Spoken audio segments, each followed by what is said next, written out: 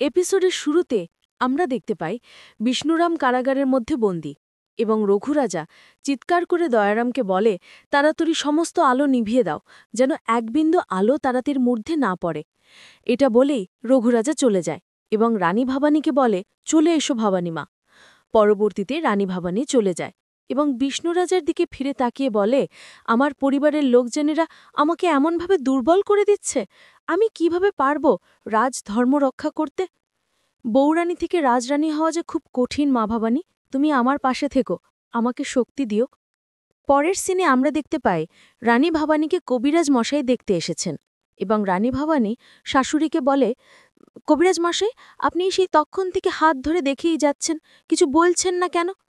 তখন কবিরাজ মশাই বলে, আমি তোর ওর আমি ভবানীর সব কথা শুনেছি, তবে এ সময় এসব দুর্ঘটনা থেকে এড়িয়ে চলতে হবে, এমনকি প্রসূ হওয়া অবধি বিশ্রাম নেওয়াটাই ভালো হবে। পরক্ষণেই রানী ভবানী চমকে উঠে বলে, কিন্তু আমাকে এই সময় বসে থাকলে চলবে না, আমার কাঁধে যে এখন অনেক দায়িত্ব, তাছাড়া গত রাতে যে ঘটনা ঘটল সেটার কি হবে আমি কিছুই বুঝতে পারছি না। কিছুক্ষণ চুপ থাকার পরে নাচরণী বলে, বৌরানী, তুমি এত চিন্তা করো নে, কবিরাজ মশাই, আমরা বৌরানীকে দেখে রাখব, তবে এখন আর কোনো চিন্তার বিষয় নেই তো? কবিরাজ মশাই বলে, না, আমি তো তেমন কোনো চিন্তার বিষয় দেখলাম না, সবকিছুই ঠিকঠাক মতো আছে। এটা বলে কবিরাজ মশাই চলে যায়। কিছুক্ষণ পরেই সেখানে দয়ারাম আসে এবং বলে, আপনাকে বিশেষ সভায় যাওয়ার আহ্বান করেছেন রঘুরাজা। তখন রানী ভবানী বলে, হঠাৎ আমাকে কেন এত জরুরি তলব করল? ঘরে যায়। অন্যদিকে আমরা দেখতে পাই বিষ্ণুরাম ঘরের মধ্যে বসেছিল। তখন সত্যনারায়ণ গিয়ে বলে, আপনাকে রঘুরাজের সভার জন্য ডেকেছেন। তখন বিষ্ণুরাম বলে, সারা রাত কারাগারে কাটিয়ে মাত্র ঘরে আসলাম, তোমাদের রঘুরাজাকে বলে দিও আমি যেতে পারব না। পরক্ষণে সত্যনারায়ণ বলে ওঠে, রঘুরাজা কিন্তু আমাকে এটাও বলে দিয়েছে, আপনি যদি যেতে না চান তাহলে পায়েক দিয়ে হাত পা বেঁধে সভায় নিয়ে যাবার অনুমতি দিয়েছেন, তাহলে এখন আমি সেটাই করি। কথাটা শুনতেই বিষ্ণুরাম সত্যনারায়ণকে চড় মারতে চায়, আর সত্যনারায়ণ হাত ধরে ফেলে আর বলে, আপনি যা বলার সবাই সবার সামনে গিয়ে বলবে, আমি তো কেবল দূত মাত্র, আমরা সবাই আপনার জন্য অপেক্ষা করছি, আপনি তাড়াতাড়ি আসুন। এটা বলেই সত্যনারায়ণ চলে যায়। তখন ঈশ্বরী বলে, দাদা ঠাকুর, আপনি কি পাগল হয়ে গেছেন, মাথায় ঠান্ডা করুন। পরের দৃশ্যে আমরা রাজমহলের সভাই দেখতে পাই। রাজমহলের সভায় সবাই উপস্থিত। কিছুক্ষণ পরে সেখানে রানী ভবানী যায় এবং রঘুরাজাকে জিজ্ঞেস করে, আপনি এমনভাবে আমাকে তলব করলেন কেন? কি হয়েছে খুড়োমশাই? আপনার মনস্কামনা আমাকে প্লিজ বলুন।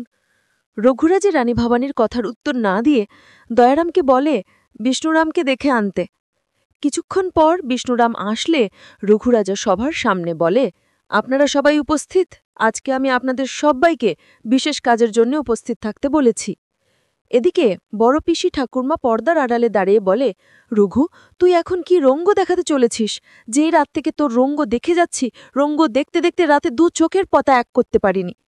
অন্যদিকে ইন্দু তার শাশুড়িকে বলে, মা, রঘুরাজা কি করতে চলেছে আমি তো কিছুই বুঝতে পারছি না।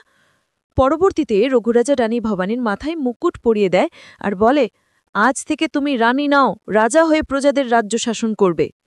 তখন রানী ভবানী কান্না করে আর বলে, আমার যে মহারাজার কথা মনে পড়ে যাচ্ছে খুড়োমশাই। রঘুরাজা বলে, তুমি কি মনে করছো ভবানী মা? আমি সেই ছোটবেলা থেকেই রামকান্তকে আগামী দিনের জন্য অল্প অল্প করে তৈরি করেছি, আমার কি মনে পড়ছে না? রামকান্তের অনুপস্থিতি আমার বুকের ভেতরটা কুড়ে কুড়ে খাচ্ছে, কিন্তু আমাদের সামনের দিকে এগোতে হবে, এভাবে ভেঙে পড়লে চলবে না। তোমার আজকে শপথ নিতে হবে, এমনকি সেই শপথ রক্ষা করতে হবে। তুমি প্রস্তুত আছো তো মা? পরক্ষণে রানী ভবানী বলে, আমার মহারাজা আমাকে যেমনভাবে দেখতে চেয়েছিল আমি ঠিক তেমনভাবে তৈরি হব, আমি প্রস্তুত। এটা বলেই রানী ভবানী নাটোরের প্রজাদের রাজ্য শাসন করার শপথ গ্রহণ করে। সেটা দেখে ঈশ্বরী বলে, বাবা মশাইকে এখানে উপস্থিত রেখে রঘুরাজা অপমান করতেছে।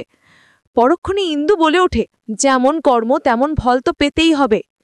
পরবর্তীতে রানী ভবানীর শাশুড়ি বলে, আমার বৌরানীকে যারা মেরে ফেলতে চায় তাদের এমন শাস্তি হওয়াটাই উচিত। এদিকে আমরা দেখতে পাই রঘুরাজা রানী ভবানীকে বলে, আজ থেকে আপনি রাজরাজ্যেশ্বরী রানী ভবানী, আপনার কথাই এই নাটোরের শেষ কথা, আপনি কোনো অন্যায়কে প্রশ্রয় দেবেন না, আপনি হয়ে উঠবেন বঙ্গরানী। পরের সিনে আমরা দেখতে পাই রানী ভবানী রাজবাড়ির মন্দিরে গিয়ে মা ভবানীকে বলে, এই সব কিছুই তোমার আশীর্বাদে হয়েছে মা।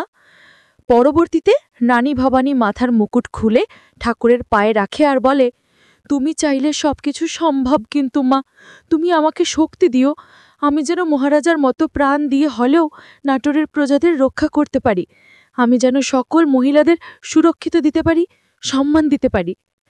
পরক্ষণে খুব জোরে জোরে হাসির আওয়াজ ভেসে আসে। আগামী পর্বে আমরা দেখতে পাব মা ভবানীর সামনে এসে বলে, এই মুকুট দেখতে ছোট হতে পারে, কিন্তু খুব ভারী, এই মুকুট খুব কাঁটাযুক্ত, তোকে খুব সাবধানে চলতে হবে, এই মুকুট সহজ মুকুট নয়, অনেক বাধা বিপত্তি আসতে পারে, অনেক দুর্যোগ ঝড়ঝাপটা আসবে, কিন্তু তোকে শক্ত হয়ে সবাইকে রক্ষা করতে হবে। তো দর্শক, এই ছিল আজকের আপডেট। প্রতিদিনের আপডেট সবার আগে পেতে আমাদের চ্যানেলটি এক্ষুনি সাবস্ক্রাইব করুন। ধন্যবাদ, দেখা হবে আগামী পর্বে।